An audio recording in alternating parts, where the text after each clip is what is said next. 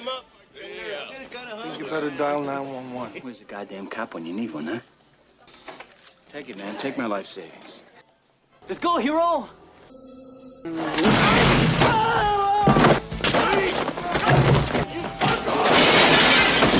Get the Michael, man! Get him, man! Get him! You fucking...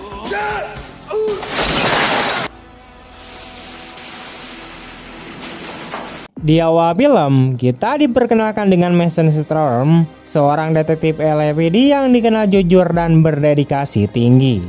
Pada suatu malam, Mason diam-diam tiba di sebuah lokasi terpencil untuk mengawasi pertemuan rahasia antara bos mafia Los Angeles bernama Nick DeMora dengan seorang politikus yang sangat berpengaruh. Mason membawa kamera video pribadi, berniat merekam seluruh pertemuan tersebut sebagai bukti kejahatan besar yang sedang terjadi. Tidak lama kemudian, dua mobil hitam memasuki area itu dan demi menjaga kerahasiaan, salah satu anak buah mafia memecahkan lampu jalan, membuat lokasi tersebut semakin poek dan tersembunyi dari pandangan publik. Dari kejauhan, Mason melihat beberapa pria bersenjata bermunculan dan mendengar dengan jelas suara seorang politikus yang menjanjikan perlindungan politik dan kekuasaan kepada Nick DeMora. Sosok tersebut ternyata adalah Aslembian Pernod Trent yang dalam pertemuan itu secara terang-terangan menyatakan rencananya untuk menyingkirkan lawan-lawan politiknya demi melancarkan jalan menuju kekuasaan yang lebih tinggi.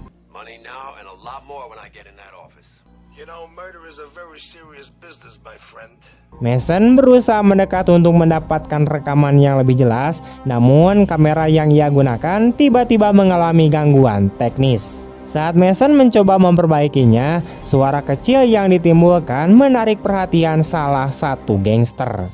Pria itu mendekat untuk memeriksa keadaan sekitar. Menyadari dirinya hampir ketahuan, Mason langsung bertindak cepat dan menyerang gangster tersebut secara senyap.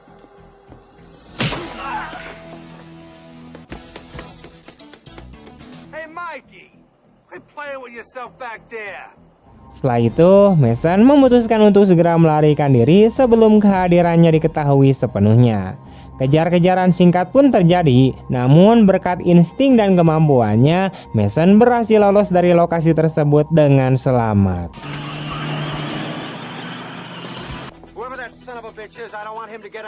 Dari rekaman dan pengamatan yang ia peroleh, Mason kini tahu bahwa Pernod Trent, seorang anggota dewan yang ambisius, adalah otak politik di balik kerjasama kotor dengan mafia.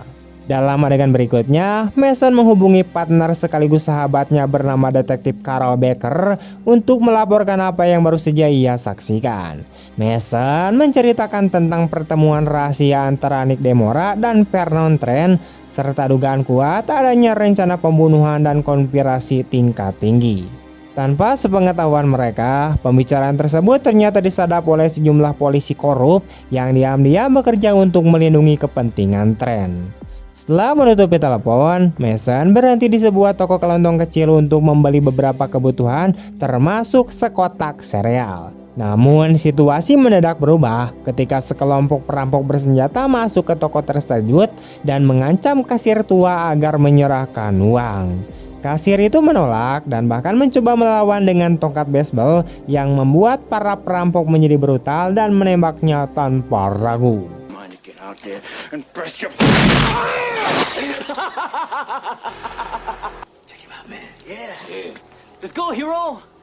Melihat kejadian itu, Mason dengan tenang dan penuh perhitungan langsung bertindak.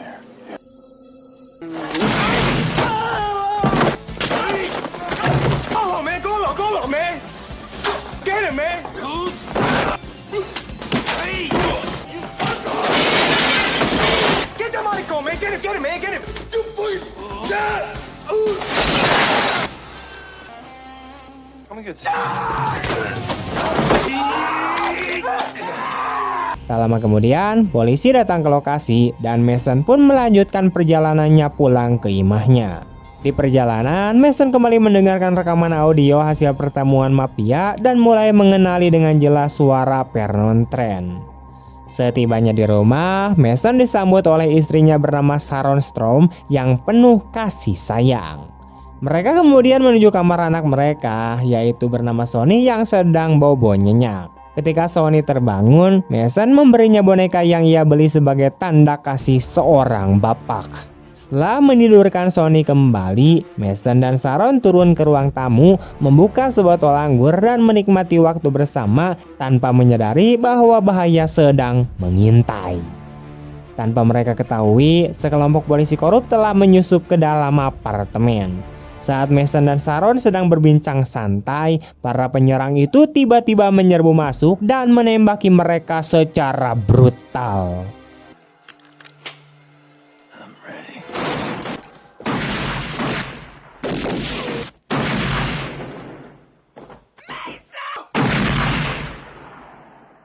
Mason dan Sharon ditembak berkali-kali dan dibiarkan sekarat, sementara para pelaku mengira mereka telah wafat. Di tempat lain, Carol Breaker juga dihabisi di rumahnya oleh kelompok yang sama. Hey Becker, storm on 3. Saat para polisi korup itu membersihkan lokasi kejadian dan mengambil semua bukti rekaman, Sonny yang masih kecil keluar dari kamarnya. Menyadari ada saksi hidup, para penyerang mencoba mengejarnya, namun Sonny berhasil melarikan diri dan bersembunyi selamat dari maut.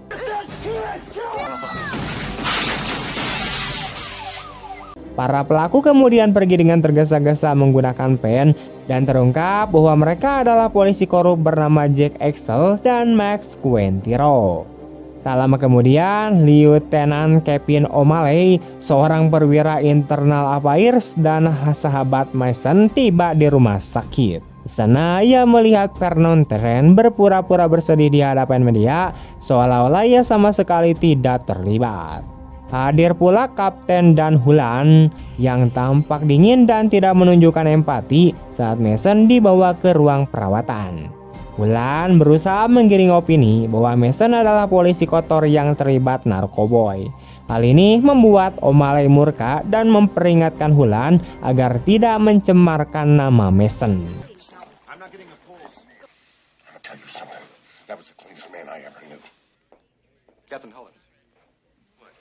Tak lama kemudian, seorang dokter menyatakan bahwa Mason Strom telah meninggoy dunia. Namun setelah Hulan pergi, dokter lain secara diam-diam memberitahu O'Malley bahwa Mason sebenarnya masih hidup dan berhasil diselamatkan meskipun kondisinya dalam kondisi koma.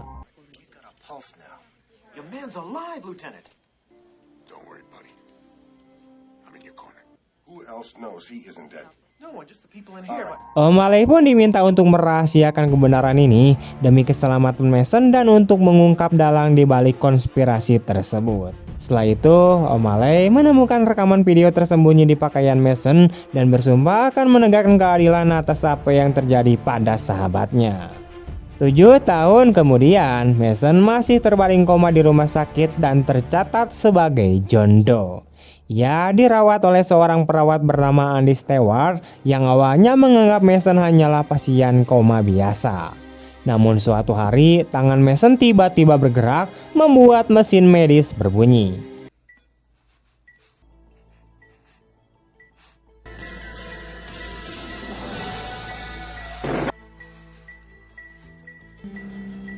Andy yang terkejut segera memeriksa dan menyadari bahwa Mason akhirnya sadar.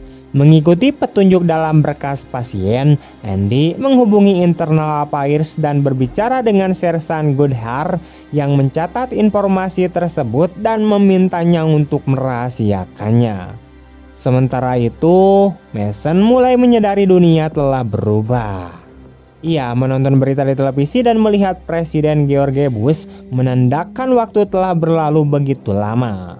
Andy mengatakan bahwa Mason akan menjadi terkenal karena orang pertama yang sadar dari koma selama 7 tahun, namun Mason memperingatkannya bahwa nyawanya terancam dan ia harus pergi.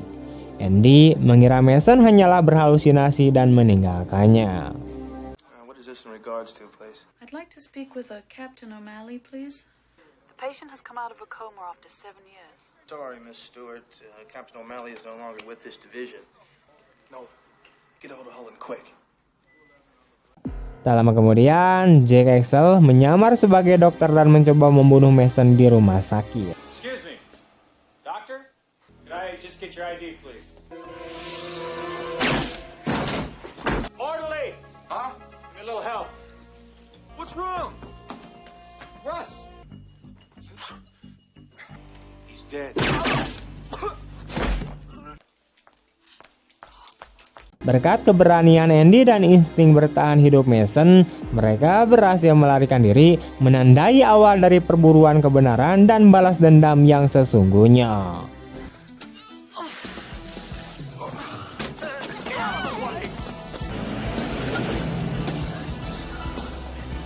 Setelah berhasil melarikan diri dari rumah sakit, Mason mulai mendedikasikan seluruh hidupnya untuk pemulihan fisik. Di tempat persembunyian sederhana yang disiapkan oleh si Andy, Mason menjalani latihan fisik ekstrem setiap hari, memadukan kekuatan mental, latihan pernapasan, serta teknik penyembuhan Tiongkok kuno yang pernah ia pelajari di masa lalu. Tubuhnya yang selama bertahun-tahun terbaring kini perlahan kembali kuat. Setiap malam, Mason memaksa dirinya berlari, melatih keseimbangan, kelenturan, refleks, seolah menantang batas tubuhnya sendiri. Andy menyaksikannya dengan kagum bagaimana Mason berlatih tanpa mengeluh, seakan kematian yang pernah mendekatinya menjadi bahan bakar semangatnya. Pada suatu malam, Mason dan Andy mulai mencari berkas-berkas lama Mason dan menemukan petunjuk tentang Letnan Kevin O'Malley, yaitu sahabat sekaligus satu-satunya polisi yang dapat dipercaya. Mereka menemukan alamat sebuah patin jompo tempat O'Malley kemungkinan berada. Andy pergi ke sana untuk mencari informasi, namun setibanya di lokasi ia mengetahui bahwa O'Malley tidak tinggal di sana, meskipun ia sempat meninggalkan nomor telepon jika suatu waktu dibutuhkan. I've said, Miss Stewart, I've asked everyone here if Ali is a relation of someone here.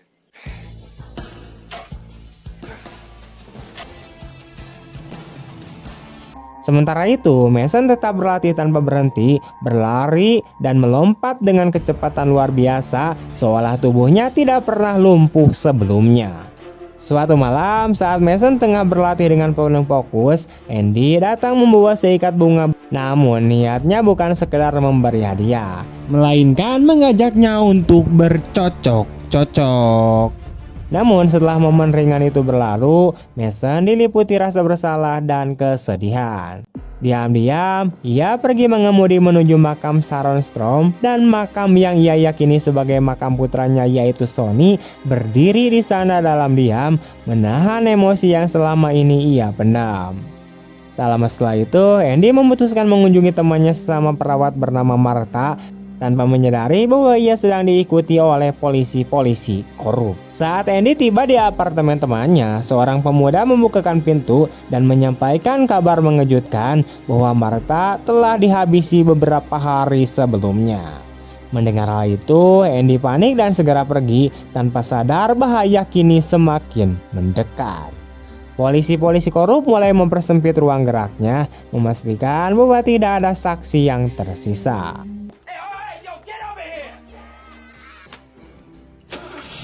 Sementara itu, Mason kembali ke tempat persembunyiannya ketika tiba-tiba ia berhadapan langsung dengan Kevin O'Malley. Pertemuan itu berlangsung emosional dan keduanya saling menyapa dengan hangat setelah bertahun-tahun terpisah.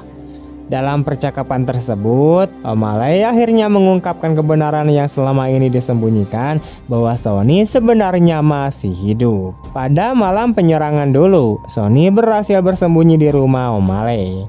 Demi keselamatannya, O'Malley mengadopsi Sonny dan mengganti namanya, menjauhkan anak itu dari dunia berbahaya yang mengincar Mason.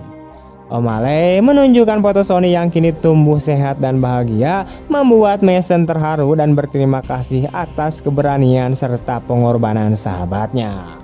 Mereka kemudian pergi ke peternakan milik O'Malley, tempat yang relatif aman. Di sana, O'Malley menjelaskan bahwa ia menyimpan salinan duplikat rekaman video yang dibuat Mason 7 tahun lalu.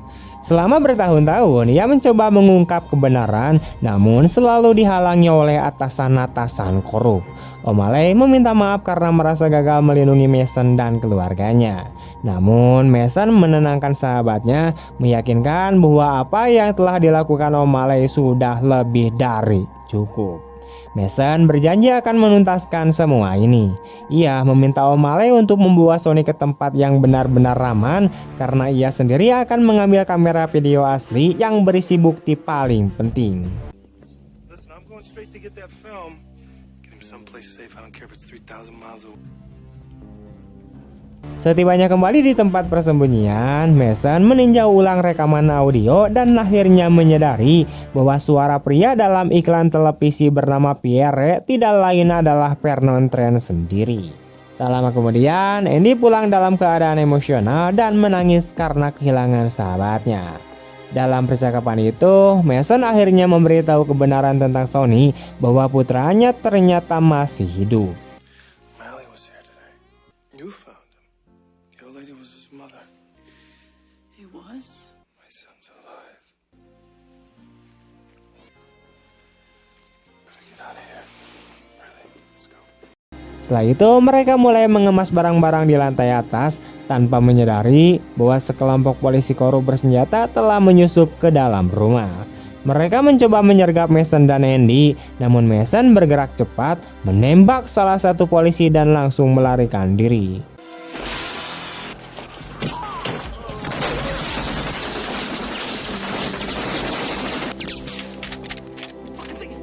Polisi lainnya menghujani rumah dengan tembakan, tetapi saat mereka melakukan reload, Mason berhasil menjatuhkan 2 orang sekaligus. Seorang polisi lain mencoba menyerangnya dengan pisau, namun Mason dengan cepat mematahkan lengannya, sementara satu polisi lainnya dilemparkannya hingga jatuh terlantai ke bawah.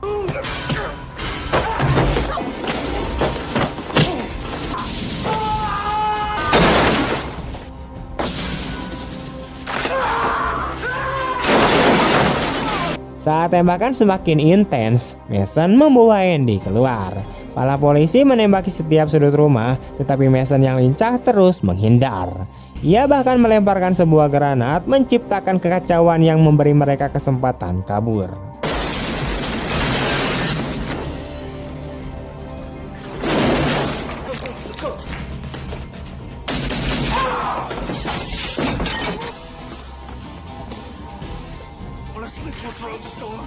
Mereka melompat ke dalam jeep dan melarikan diri di bawah hujan peluru yang tidak satu pun mengenai mereka. Dalam pelarian itu, Mason bahkan sempat menabrak 2 polisi yang mencoba menghalangi jalannya.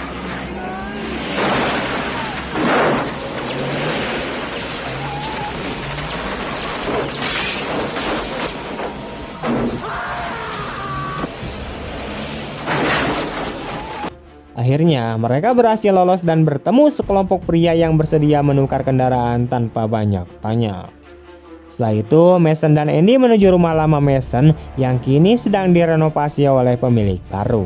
Andy berpura-pura menjadi calon pembeli rumah, memberi Mason kesempatan untuk mengambil kembali kamera video besar yang ia sembunyikan bertahun-tahun lalu.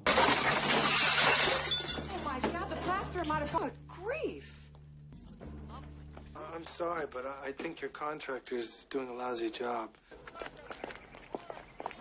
Thank God. Sementara itu, O'Malley menjemput Sonny dari sekolah dan membawa anak itu pulang dengan tergesa-gesa. Ia meninggalkan pesan rahasia untuk Mason di sebuah hotel, lalu segera berkemas dan pergi. Pada malam harinya, Mason dan Andy tiba di hotel dan menerima pesan tersebut yang menyuruh mereka bertemu di stasiun kereta.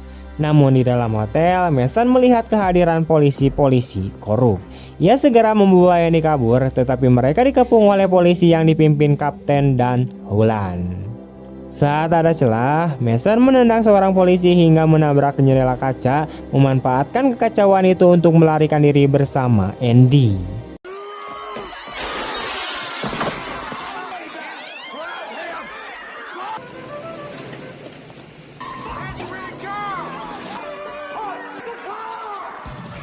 Di stasiun kereta, O'Malley membeli tiket dan akhirnya memberitahu Sonny bahwa ayahnya masih hidup. Namun kehadiran 3 polisi mencurigakan memaksanya bertindak cepat. Ia diam-diam menyerahkan rekaman video kepada Sonny. Saat Sonny berlari, O'Malley berusaha menahan para polisi dan tertembak, namun masih sempat menewaskan 2 di antaranya sebelum akhirnya roboh.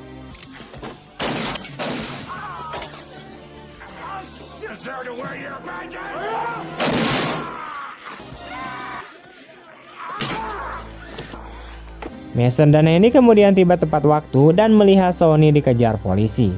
Mason segera menyusul dan Sonny berlari menyelamatkan diri ke seluruh kota. Saat hampir tertangkap, Mason berhasil menyergap polisi korup tersebut dan melumpuhkannya. Sonny pun akhirnya bertemu kembali dengan ayahnya dalam pelukan emosional sebelum mereka terpaksa kabur karena lebih banyak polisi datang.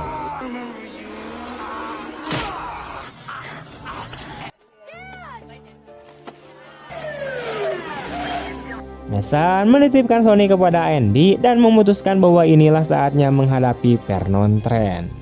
Trent sendiri terlihat sedang bersantai di rumah mewahnya, menikmati hot tub bersama beberapa wanita. Mason masuk dan menyergap para pria di dalam rumah saat mereka bermain biliar. Demi memastikan semuanya berakhir sesuai rencana, Mason menyimpan senjatanya dan bertarung tangan kosong menjatuhkan mereka satu persatu menggunakan stik biliar. Pria terakhir bernama Jack Eichel itu mencoba menyerangnya dengan pisau, namun Mason menusuknya dengan stik biliar hingga tewas, membalas kematian istrinya.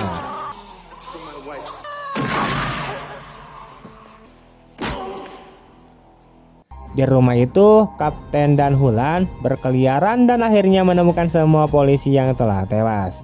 Mason mempermainkannya hingga Hulan kehabisan peluru. Saat Hulan mencoba menyerang dengan alat pemadam kadurukan, Mason langsung menerkamnya dan mematahkan lehernya. Mason kemudian menemukan Vernon Trent yang mencoba menyergapnya dari dalam lemari. Mason menghindar dan menyeret Trent menuruni tangga tepat saat tim SWAT tiba. Trent memohon agar Mason ditembak, tetapi seorang sersan polisi maju dan mengatakan bahwa mereka telah melihat rekaman video dan tahu Mason hanyalah korban jebakan. Akhirnya Vernon Trent ditangkap, sementara Mason kembali bertemu Andy dan Sonny. Film pun ditutup dengan rekaman yang memperlihatkan Trent bersekongkol dengan mafia, menandai runtuhnya sebuah konspirasi besar. Tamat. Pada akhirnya, kebenaran memang bisa dikubur untuk sementara, tetapi tidak pernah benar-benar bisa dihilangkan. Keteguhan Mason Strom membuktikan bahwa keadilan tidak selalu datang cepat, namun akan menemukan jalannya ketika seseorang berani bertahan dan tidak menyerah. Film ini mengajarkan bahwa kekuasaan dan korupsi bisa merusak segalanya, tetapi keberanian, kesetiaan, dan pengorbanan akan selalu lebih kuat. Dan terkadang balas dendam bukan tentang kemarahan, melainkan tentang mengungkap kebenaran agar kejahatan tidak lagi bersembunyi di balik kekuasaan. Sekian dulu teman-teman untuk video hari ini. Bagaimana tanggapan kalian tentang film ini? Tulis di kolom komentar. Terima kasih banyak telah menonton sampai akhir. Sampai jumpa di video-video selanjutnya. See you next time, man. Bye-bye.